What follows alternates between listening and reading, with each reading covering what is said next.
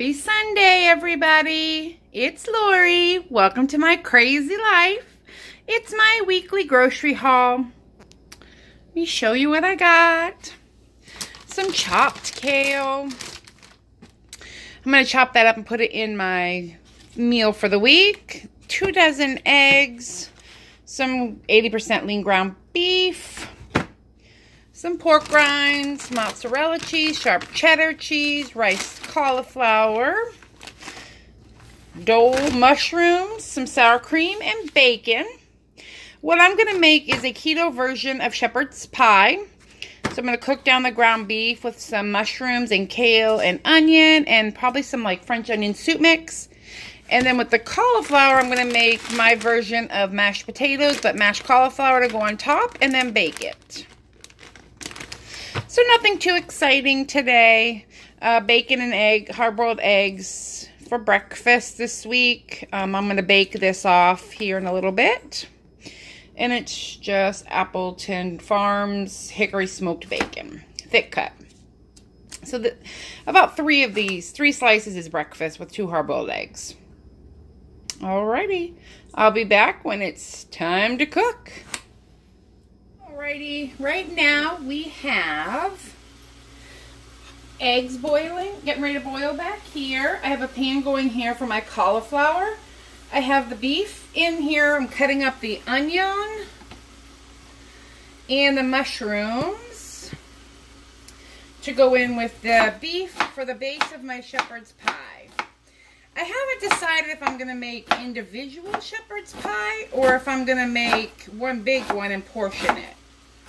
I have 4 ramekins that I can do, but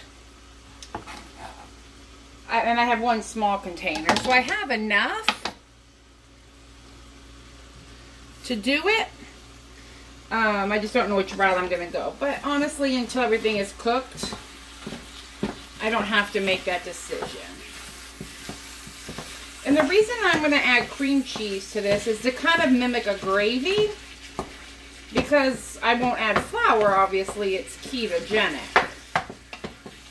And I'm cooking down the onions and the mushrooms and everything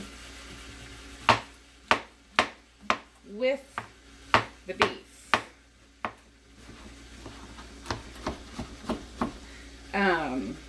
And that way, it kind of all flavors itself. I don't need a lot of mushroom in here, but it's another kind of beefy flavor, texture, I suppose. And it's not a lot of carbs, so it brings a lot of flavor to the table, but not a lot of carbs.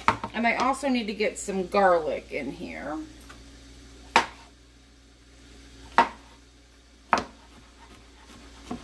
But I kind of want them a little on the smaller side.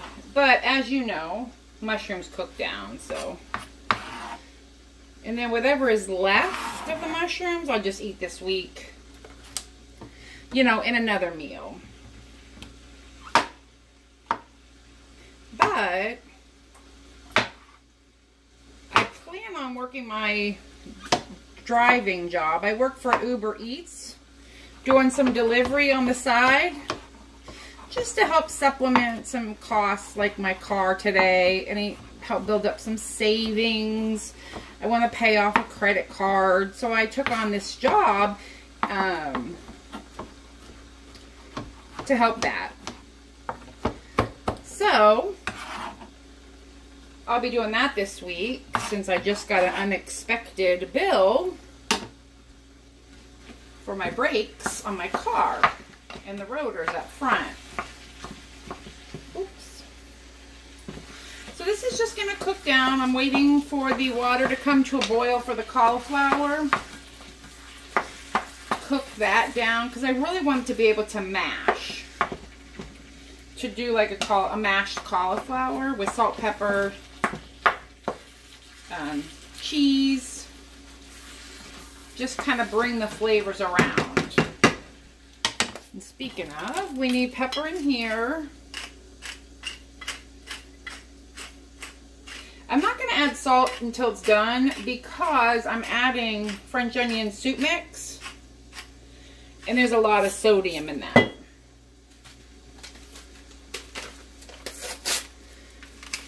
But it also brings a lot of flavor to the table. So I'm just going to kind of let this meat cook. And we'll be back.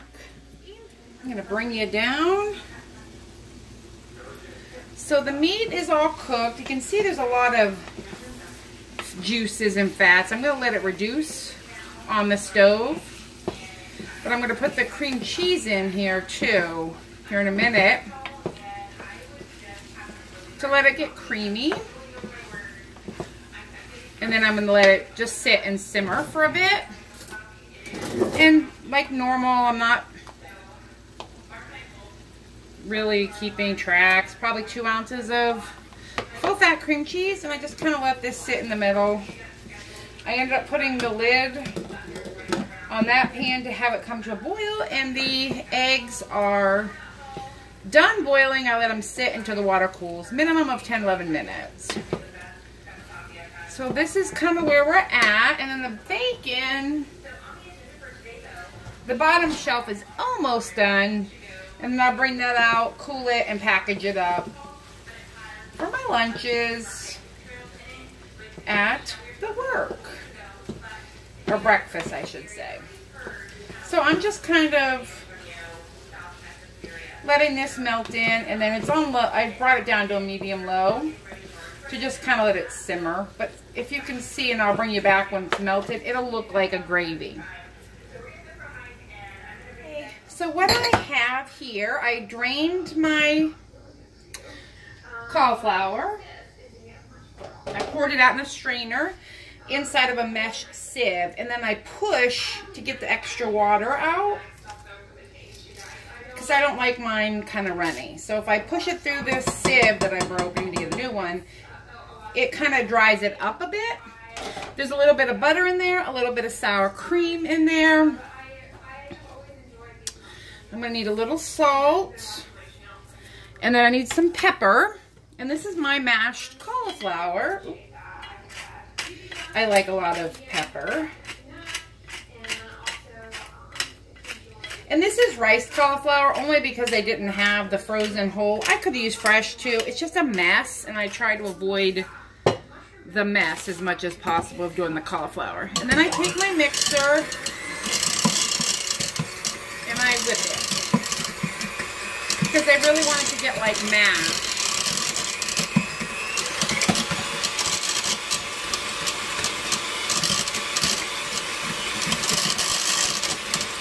As you can see, now it's a little loud, but it whips it.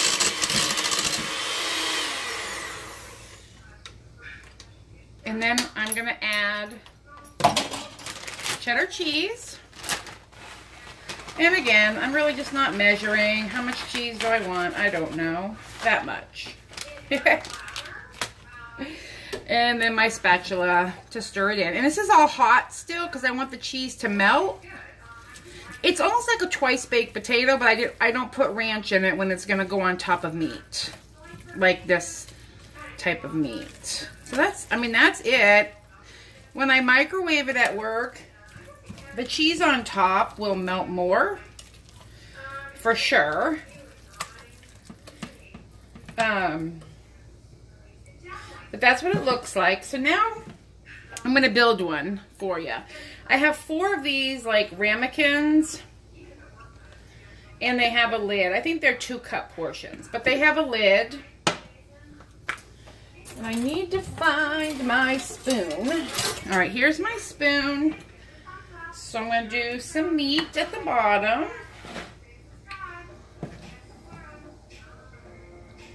I guess about, I don't know, half full. And then I take a fresh spoon. And I don't need a ton of this on top because, I mean, there is carbs in the cauliflower, but I want it to look pretty and taste yummy. Now Now, if I wanted to, I could throw this in the oven, but I'm not going to. It's going to go in the microwave at work.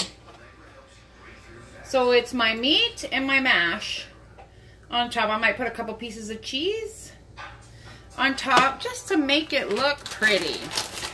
And then my bacon is done. There. Bacon is done. Eggs are boiled. I gotta peel them, and then I'll come back and show you how I pack my lunch. Alrighty, everything is done.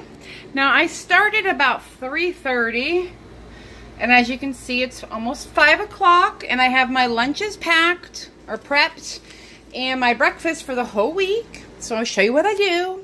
So I grab out of the fridge one of these containers. There's 4 of these in one different one, but it's fine. Put it in my lunch container. I have hard-boiled eggs for breakfast. This is how I package my bacon. I put it in some paper towel, roll it up, and then cellophane, and at work, I'll microwave it on the paper towel. So I kind of just stick that up top. I do bring sweetener with me, my stevia, and I have some stir that I bought. And then I have a fork, a napkin, and then a hot pad holder. And in my lunch bag, this hot pad holder slips up here with the fork and the knife, and I use it when I microwave food and to take it to the table. So that is everything. That is my prep for the week. Breakfast, lunch. Breakfast is hard-boiled eggs and bacon, and lunch is keto shepherd's pie. So I hope this helps. If you have any requests, let me know, and have a great day. Bye.